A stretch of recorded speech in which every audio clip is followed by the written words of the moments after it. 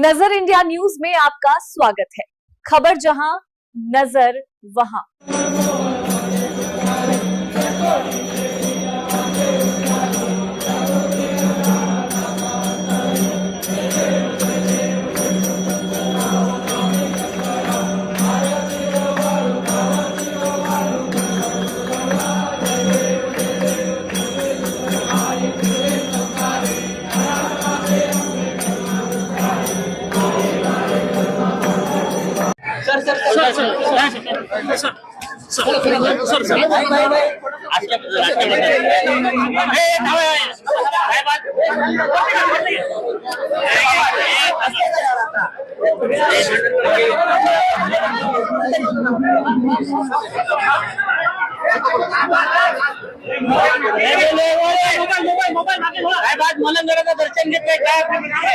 दरवर्षीप्रमाणे माघ पौर्णिमेला हा मलंगनाथाचा उत्सव यात्रा या ठिकाणी होत असते।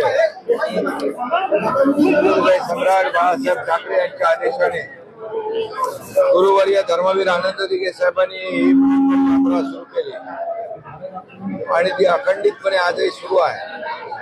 आणि म्हणून हजारो लाखो भाविक भक्त राज्यभरातून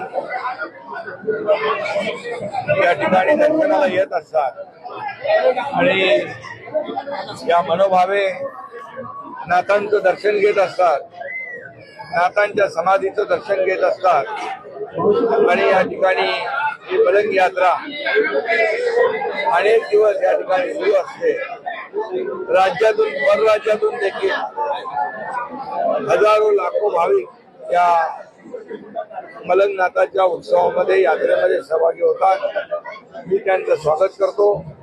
यावेळेस मलंग भक्तांसाठी फेनिक्युलरची सेवा सुरू झालेली आहे, त्यामुळे यावर्षी ज्या लोकांना वयोवृद्ध आहेत, महिला आहेत, त्यांना इच्छा असून देखील मलंगनाथाचं नवनाथांचं दर्शन घेता येत नाही, वंचित राहतात, त्यांना फेनिक्युलरमुळे ही सेवा प्राप्त झालेली आहे। आणि म्हणून सगळेच जण पायथ्याशी आलेले मलंग भक्त या ठिकाणी या मलंग मुक्तीच्या यात्रेमध्ये सहभागी होत आहेत। याचा आनंद आहे आणि सगळ्यांना दर्शन घेता येतं याचाही आनंद आहे। धर्मवीर आनंद दिघे साहेबांनी सुरू केलेला हा जो काही अखंड मलंग मुक्तीचा जो काही यात्रेचा सोहळा आहे, अविरतपणे अखंडपणे सुरू ठेवण्याचं काम या ठिकाणी मलंग भक्तांनी सुरू ठेवलेलं आहे। मी त्यांना शुभेच्छा देतो। 1982 पासून कोर्टात केस चालू आहे। दुर्घटनेचा जसा हे लागला तर मलंगगडाची केसचा निकाल लागावा यासाठी सरकारकडून काही यामध्ये बिलकुल ठाण्याच्या कोर्टातही हायकोर्टातही केस सुरू आहे आणि लवकरच या ठिकाणी मलंग भक्तांची इच्छा या ठिकाणी न्यायदेवता पूर्ण करेल।